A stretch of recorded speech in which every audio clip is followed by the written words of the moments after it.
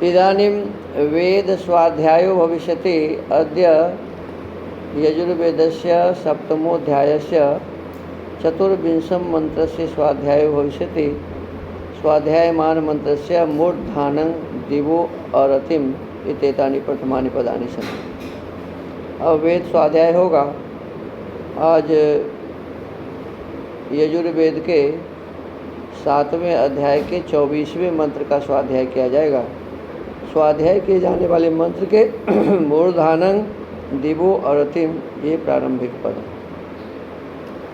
ओम मूर्धानं दिवो अरतिं पृथिव्या वैश्वानर मृत आजानमग्निं कविं सम्राजमतिथिं जनानामासन्ना पात्रं जनयन्त देवाः। इस मंत्र के ऋषि हैं मूर्धान मित्यस्य भारद्वाज ऋषि, विश्वे देवा देवता, आर्षि त्रिष्टुप छंदः दैवतः स्वरः अथ विद्वत् कृत्यमाह। इसके अनंतर विद्वानों का कर्म अगले मंत्र में कहा है। पदार्थः जैसे देवा धनुर्वेद के जानने वाले विद्वान लोग उस धनुर्वेद की शिक्षा से दिवह प्रकाशमान सूर्य के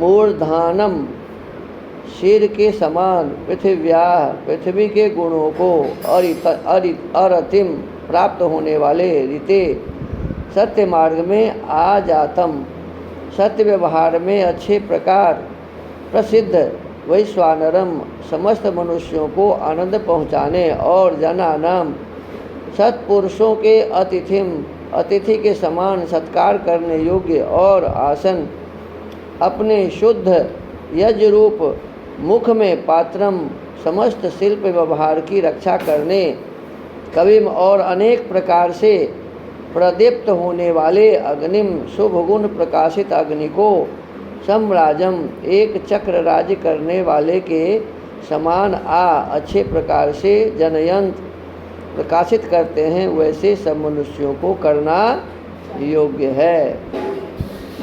भावार्थ इस मंत्र में उपमा अलंकार है।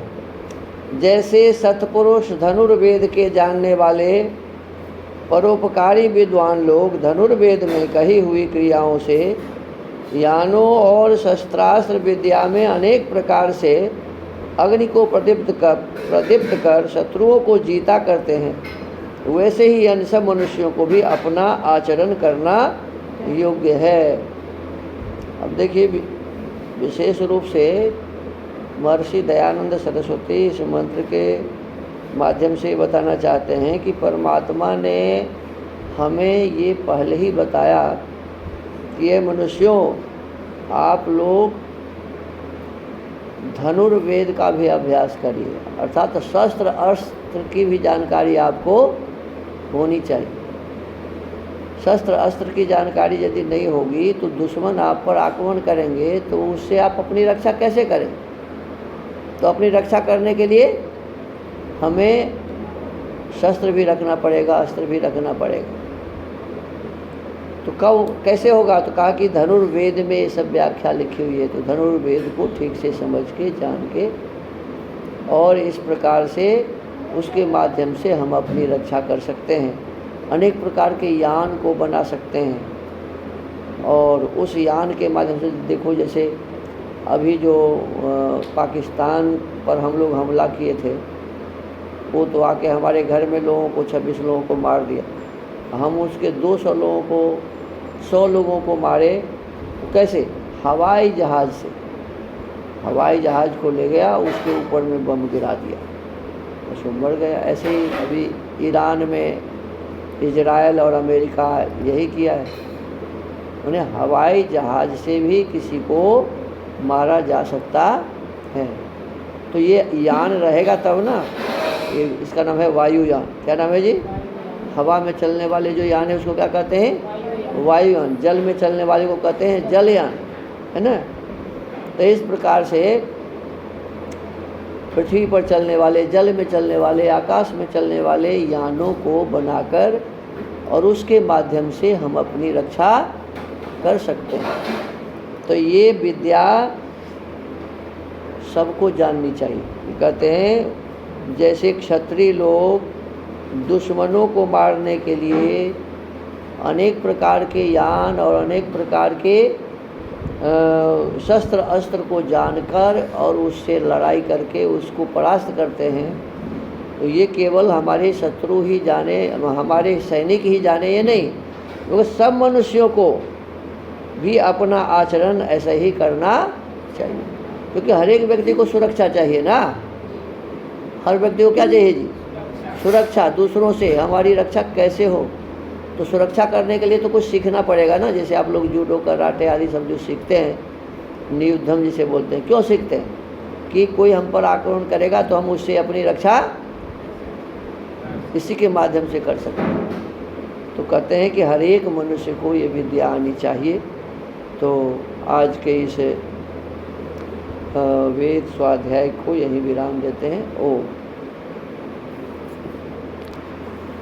महर्षि दयानंद सरस्वती जी ने सत्यार्थ प्रकाश की रचना की है और इस सत्यार्थ प्रकाश के छठे समोल्लास का हम सभी स्वाध्याय कर रहे हैं। पिछले दिनों कहा कि संसार में दूसरे का पदार्थ ग्रहण करना अप्रीति और देना प्रीति का कारण है। कहते हैं दूसरे का पदार्थ लेना कोई बढ़िया बात नहीं है, अप्रीति है। और विशेष करके दूसरों को देना ये प्रीति है। विशेष करके समय पर उचित क्रिया करना और उस पराजित के मनोवांछित पदार्थों का देना बहुत उत्तम है। और कभी उसको चिढ़ावे नहीं, न हंसी और ठट्ठा करे। यदि किसी को दे तो ये न कहे कि तुमको मैंने ये दिया, तुमको मैंने ये दिया, ऐसा नहीं। न उसके सामने हमने तुझको पराजित किया है ऐसा भी कहे, किंतु आप हमारे भाई हैं इत्यादि मान्य प्रतिष्ठा सदा करें। अब जिसको हम युद्ध में परास्त भी कर दें तो कहते हैं उनके साथ भी हमें गलत व्यवहार नहीं रखना चाहिए। कहते हैं उसके साथ भी भाई का संबंध ही रखना चाहिए। लेकिन वो रखना चाहे तब ना, समस्या ये भी है ना, सामने वाला यदि उस प्रकार से अपने आप को समर्पित करे तभी तो ऐसा किया जा सकता है। नहीं यदि मान लो उसके मन में दुर्भाव हो, दुष्टता करे, तो फिर उसको तो छोड़ना उचित नहीं होता है। अब आगे कहते हैं हिरण्य भूमि संप्राप्त्या पार्थिवो न तथैधते यथा मित्रं ध्रुवं लब्ध्वा कृष्णमप्यायति क्षमं धर्मज्ञं च कृतज्ञं च तुष्ट प्रकृतिमेव च अनुरक्तं स्थिरारंभं लघुमित्रं प्रशस्यते राज्यं कुलीनं शूरं च दक्षं दातारमेव च कृतज्ञं धृतिमन्तं च कष्टमाहुररिं बुधाः आर्यता पुरुष जानन शौर्यं करुण में वेदिता स्थूल लक्ष्यं च सतत उदासीन गुणोदय। मित्र का लक्षण इसे बताते हैं। मित्र का लक्षण यह है, राजा सुवर्ण और भूमि की प्राप्ति से वैसा नहीं बढ़ता कि जैसे निश्चल प्रेम युक्त भविष्य की बातों को सोचने और कार्य सिद्ध करने वाले समर्थ मित्र अथवा दुर्बल मित्र को भी प्राप्त होकर बढ़ता है। यदि कोई हमारा मित्र है तो मित्र के माध्यम से हम अधिक बढ़ सकते हैं। यदि मित्र हमारा नहीं है तो फिर क्या कहते हैं, हमारे पास कितना भी धन हो, कितना भी बल हो, तो हम जीत नहीं सकते। धर्म को जानने और कृतज्ञ अर्थात किए हुए उपकार को सदा मानने वाले प्रसन्न स्वभाव अनुरागी स्थिर आरंभी लघु छोटे भी मित्र को प्राप्त होकर प्रशंसित होता है। सदा इस बात को दृढ़ रखे कि कभी बुद्धिमान, कुलीन, शूरवीर, चतुर, दाता, किए हुए को जानने हारा और धैर्यवान पुरुष को शत्रु न बनावे, क्योंकि जो ऐसे को शत्रु बनावेगा वह दुख पावेगा। देखो कई बात इसमें बताया। पहले क्या बताया कि बुद्धिमान को शत्रु मत बनाओ, तथा कुलीन अच्छे लोगों को शत्रु मत बनाओ, शूरवीर जो बलवान हो उसे शत्रु मत बनाओ, जो चतुर हो काम करने में ऐसे लोगों को शत्रु मत बनाओ, जो दाता है दानी ऐसे लोगों को शत्रु मत बनाओ। फिर कहते हैं किए हुए को जानने हारे, जो हमारे अच्छे बुरे कर्मों को जानता है उसके साथ भी शत्रुता नहीं बनानी चाहिए, उसको शत्रु नहीं बनाना चाहिए। और धैर्यवान पुरुष को शत्रु न बनावे, जो बहुत ही धैर्यवान है ऐसे लोगों को शत्रु नहीं बनाए, क्योंकि जो ऐसे को शत्रु बनावेगा वह दुख को पावेगा। तो दुख पाना है तो ऐसे लोगों को शत्रु बनाओ, यदि सुख पाना है तो ऐसे लोगों को शत्रु कभी बनाना नहीं चाहिए। तो कहते उदासीन का लक्षण, जिसमें प्रशंसित गुणयुक्त अच्छे बुरे मनुष्यों का ज्ञान, शूरवीरता, करुणा भी स्थूल लक्ष्य अर्थात ऊपर ऊपर की बातों को निरंतर सुनाया करे, वह उदासीन कहता है। कहा जिसमें प्रशंसित गुणयुक्त अच्छे बुरे मनुष्यों का ज्ञान कि यह अच्छा है और यह बुरा है ये जानने वाला, शूरवीरता, करुणा भी स्थूल लक्ष्य अर्थात ऊपर ऊपर की बातों को निरंतर सुनाया करे, कहते ऐसे व्यक्ति वह उदासीन कहता है। एवं सर्वमिदं राजा सह सम्मंत्र्य मंत्री भी व्यायाम्याप्लुत्य मध्याह्ने भोक्तुमन्तः पुरं विशेत। पूर्वोक्त प्रातःकाल समय उठ शौचादि संध्योपासन अग्निहोत्र कर वह करा, सब मंत्रियों से विचार कर सभा में जा, सब भृत्य और सेनाध्यक्षों के साथ मिलकर उनको हर्षित कर, नाना प्रकार की व्यूह शिक्षा अर्थात कवायद कर करा, सब घोड़े, हाथी, गाय आदि स्थान, अस्त्र और शस्त्र का कोष तथा वैद्यालय धन के कोषों को देख, सब पर दृष्टि नित्य प्रति देकर जो कुछ उनमें खोट हो उनको निकाल, व्यायामशाला में जा व्यायाम करके भोजन के लिए अंतःपुर अर्थात पत्नी आदि के निवास स्थान में प्रवेश करे, और भोजन सुपरीक्षित, बुद्धिबल, पराक्रम वर्धक, रोग विनाशक अनेक प्रकार के अन्न, व्यंजन, पान आदि सुगंधित मिष्टादि अनेक रसयुक्त उत्तम करे कि जिससे सदा सुखी रहे। भोजन भी ठीक करना चाहिए, अच्छा करना चाहिए, और जो हमारा कार्य है उस कार्य को प्रतिदिन नियमित रूप से उसका विचार करना चाहिए कि हमारा काम कैसे ठीक से हो रहा है या नहीं हो रहा है। नियमित कहा कि संध्या, अग्निहोत्र ये प्रतिदिन नियमित रूप से करना चाहिए। राजा, राज्यसभा के सदस्य, जितने भी लोग हैं सबको। और फिर कहा कि इस प्रकार सब राज्य के कार्यों की उन्नति किया करें। रोग विनाशक भोजन होना चाहिए, जो ऐसा भोजन करो कि खाने से ही आपका शरीर स्वस्थ रहे, दवा न खाना पड़े। अनेक प्रकार के व्यंजन, अन्न, व्यंजन, पान आदि सुगंधित मिष्ट आदि अनेक रसयुक्त उत्तम करे, जिसे सदा सुखी रहे। इस प्रकार सब राज्य के कार्यों की उन्नति किया करे। अब प्रजा से कर लेने का प्रकार इसमें बताया है। तो आज के इस स्वाध्याय के क्रम को यही विराम देते हैं। ओम। महर्षि वाल्मीकि जी ने रामायण की रचना की है, और इस वाल्मीकि रामायण के अयोध्या कांड का हम सभी स्वाध्याय कर रहे हैं। अयोध्या कांड का ये दूसरा सर्ग है। पिछले दिनों बताया गया था कि समस्त प्रजाओं के लिए कमनीय तथा मनुष्यों का आनंद बढ़ाने वाले मन और इंद्रियों के संयम आदि सद्गुणों द्वारा श्री राम वैसे ही शोभा पाते हैं जैसे तेजस्वी सूर्य अपनी किरणों से सुशोभित होते हैं। ऐसे सर्वगुण संपन्न लोकपालों के समान प्रभावशाली एवं सत्य पराक्रमी श्री राम को इस पृथ्वी की जनता अपना स्वामी बनाना चाहती है।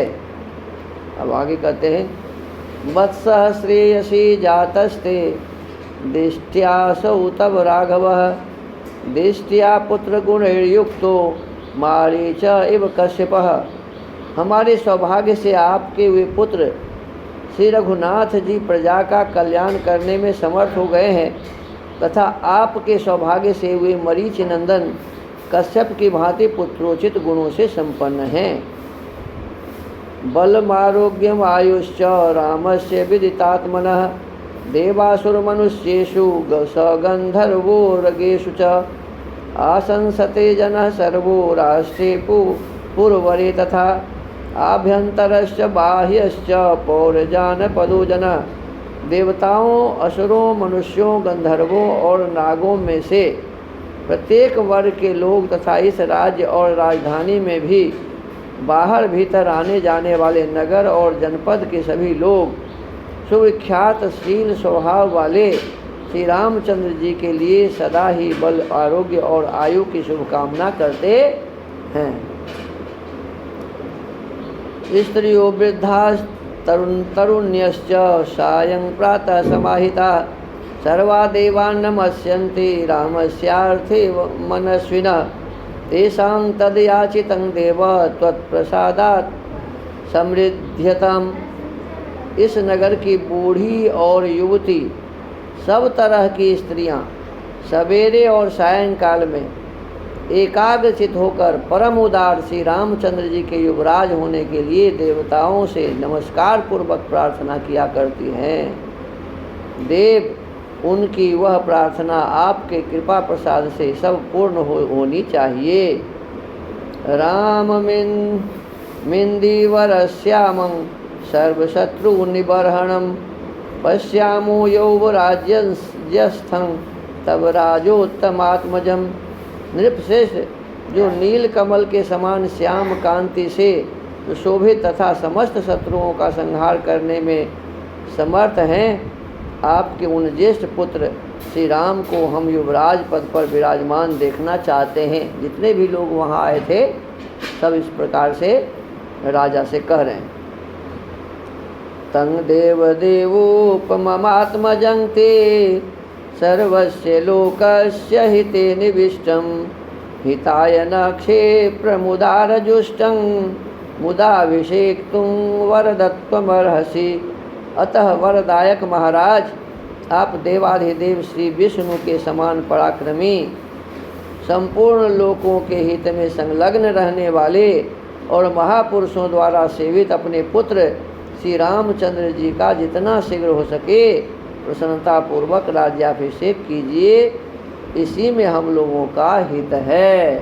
तो अब ये निश्चय हो गया कि भगवान राम को पिताजी भी राजा बनाना चाहते हैं और जितने भी प्रजाजन हैं, अन्य राजा उस समय के हैं, सभी एक तरफ से कह रहे हैं कि उन्हें ही राजा बनाइए। इसमें लिखा हुआ है कि वहाँ के वृद्धा महिलाएं, युवक, युवतियाँ, सारे लोग वहाँ के क्या चाह रहे हैं कि भगवान राजा बन जाए, भगवान श्री राम का राज्याभिषेक हो। अब इसके आगे का स्वाध्याय आगे करेंगे। आज के इस वाल्मीकि रामायण के स्वाध्याय को यही विराम देते हैं। ओम।